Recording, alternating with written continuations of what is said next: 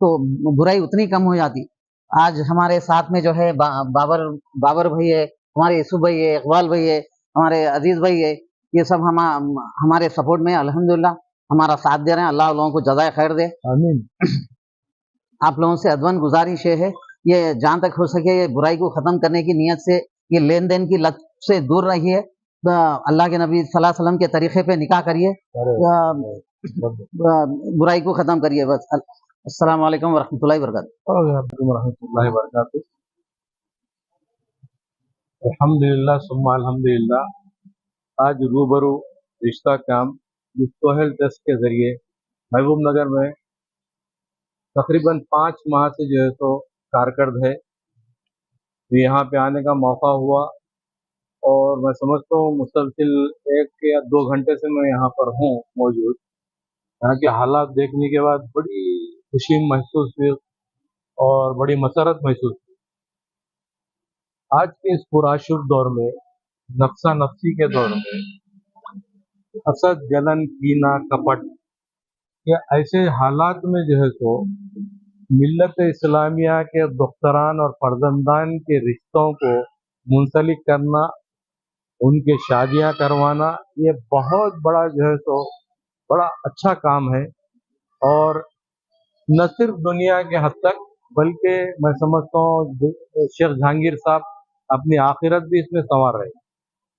رہا سوال دوسرا کہ صاحب جب کبھی بھی کوئی انسان یا مسلمان کسی اچھے کام کے لیے آگے بڑھتا ہے تو اس کو بڑے ہی مصائب اور مصیبتوں سے جو ہے تو مصیبتوں کو جھیلنا پڑتا ہے, بڑے مصائب کا سامنا کرنا پڑتا ہے, طرح طرح کے جو ہے سو اس پہ انگوش نمائیاں کی جاتی ہیں.